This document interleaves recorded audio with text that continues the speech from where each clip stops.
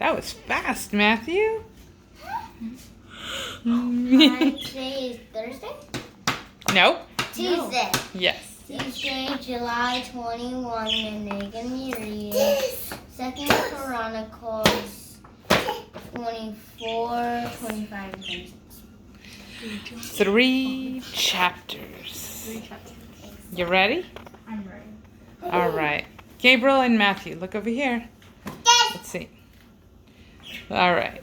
Oh, there we go. See my hand. See my hand.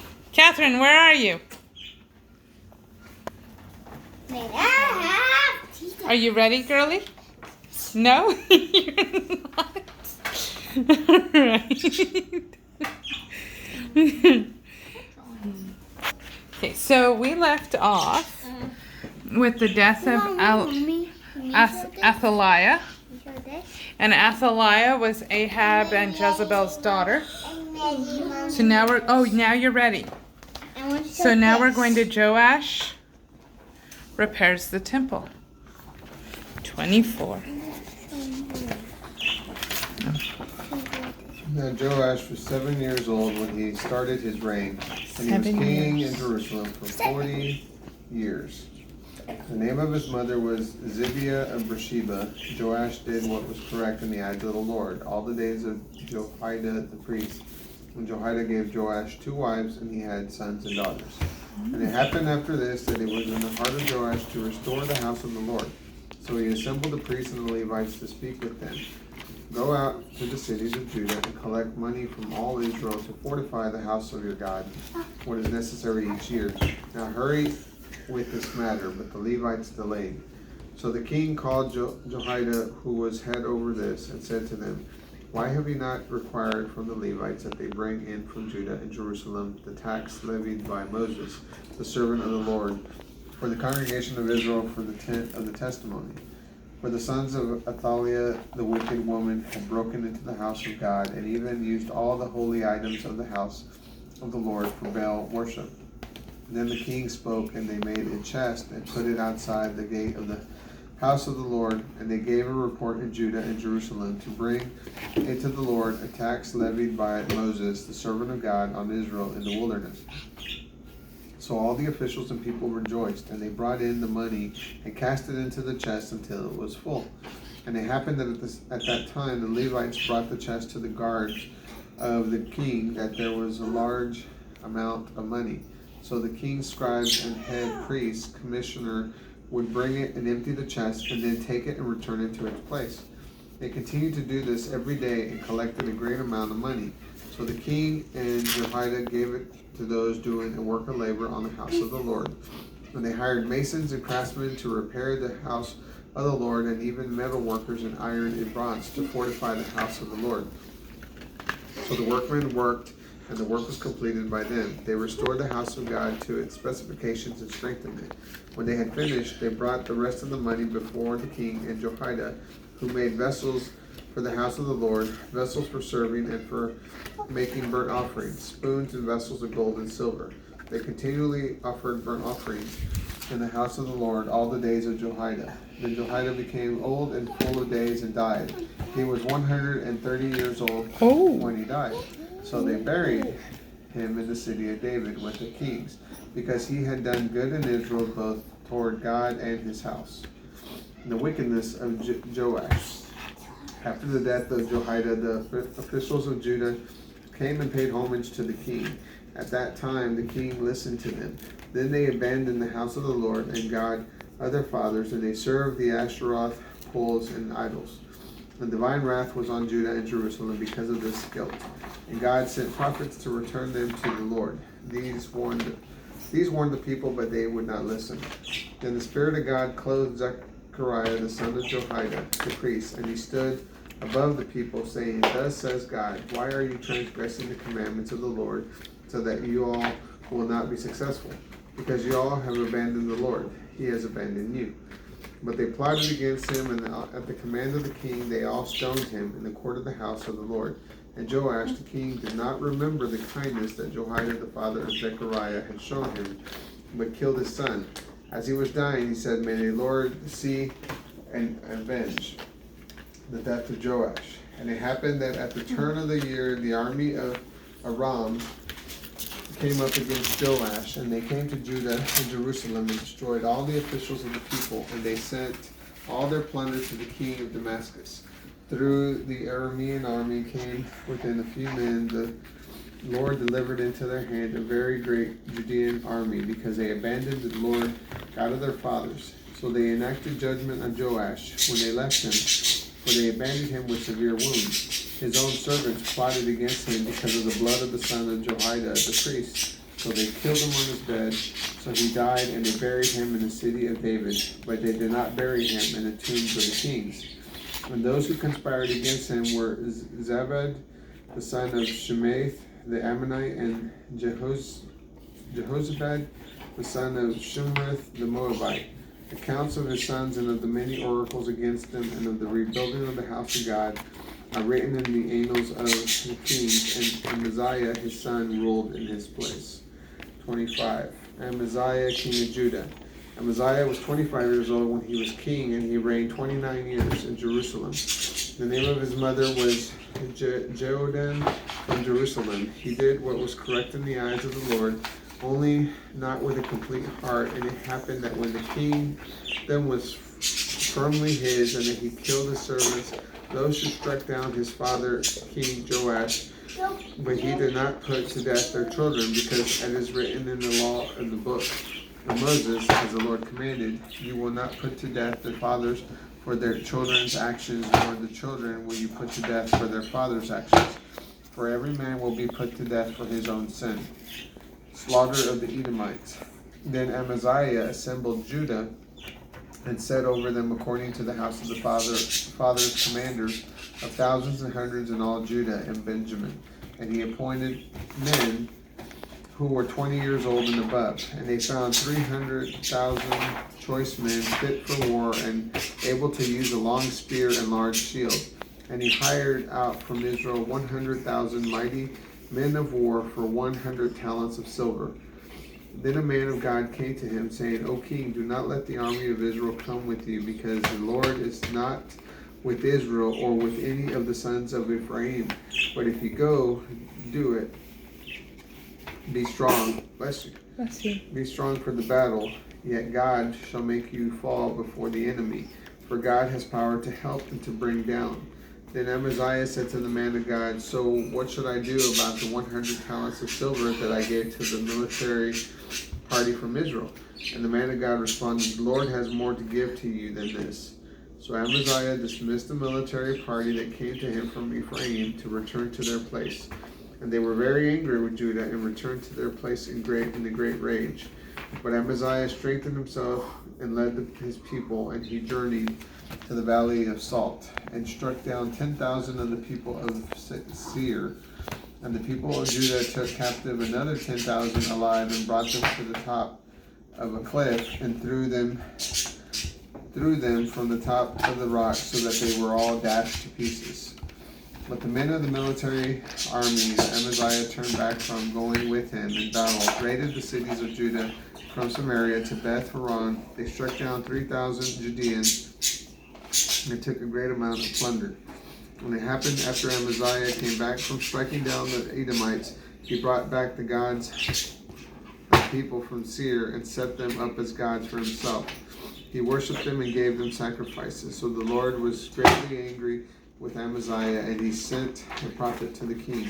And he said, why do you seek from the gods of the people who were not even able to deliver the people from your hand?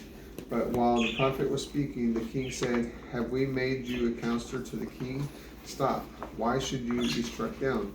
The prophet refrained, but he said, I know that God has determined to destroy you because you have done this and not heeded my advice. Israel defeats Judah. Then Amaziah, king of Judah, received his advice and sent from Jehoash, the son of Jehoahaz, the son of Jehoiakim of Israel, saying, come, let us meet together. So Jehoash, king of Israel, sent a message from Amaziah, king of Judah, saying, a thistle in Lebanon sent for a cedar in Lebanon, stating, give your daughter to my son as a wife.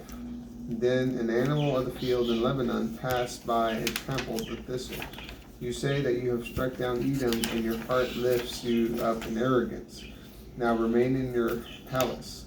Why do you provoke disaster so that you fall, you and Judah with you?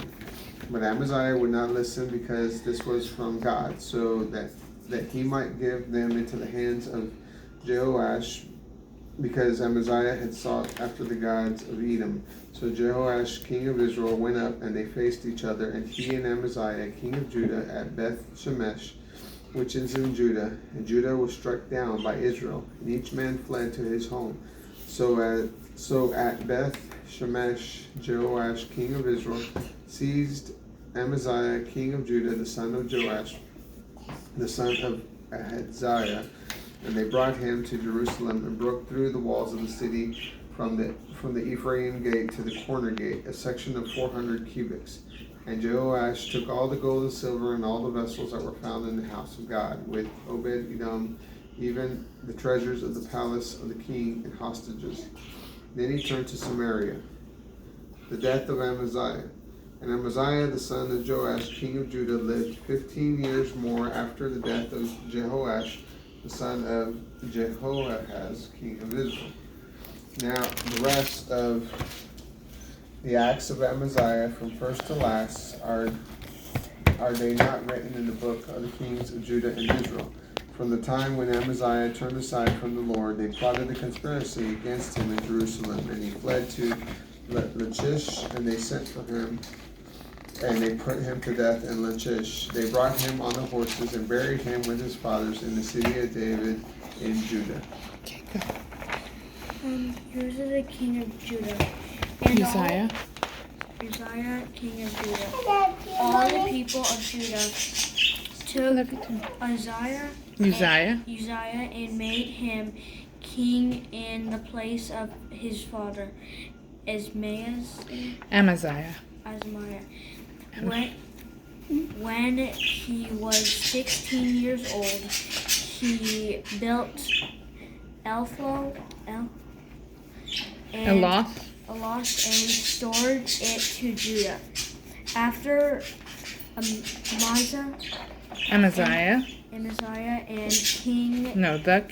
And the king slept with his fathers.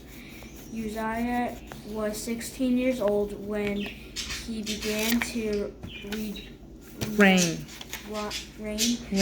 And he was king in Jerusalem for 52 years. The name of his mother was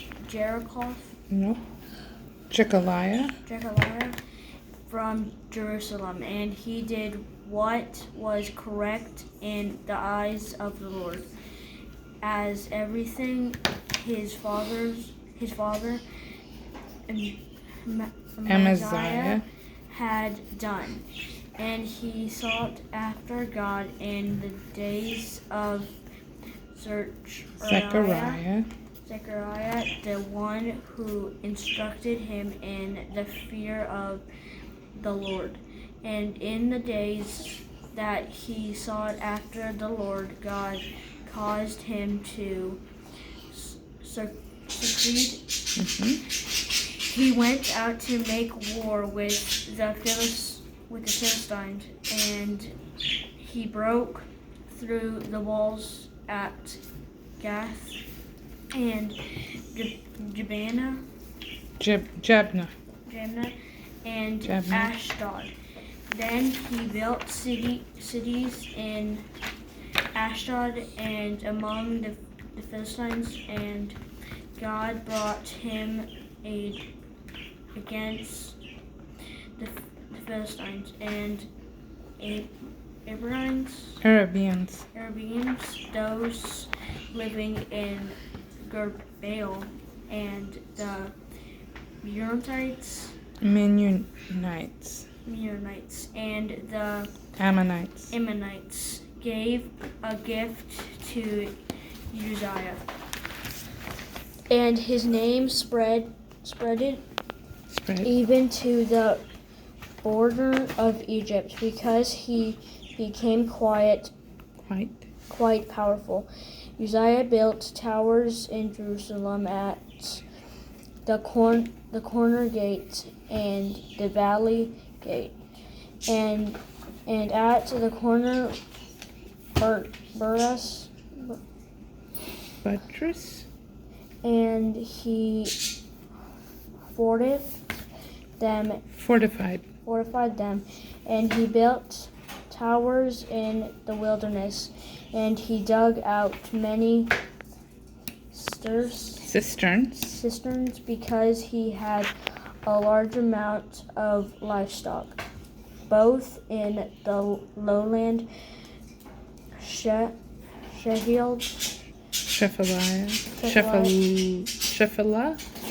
and in the plain. He also had workers in the fields and vineyards in the hills and fertile orchards, for he loved agriculture. And Uzziah had an army prepared for battle. Those who went out for war as companies in the number of their divisions by the appointment of Jehoiada, the scribe, and Mesa, the officer, and Hananiah, a commander of the king. The total number of chief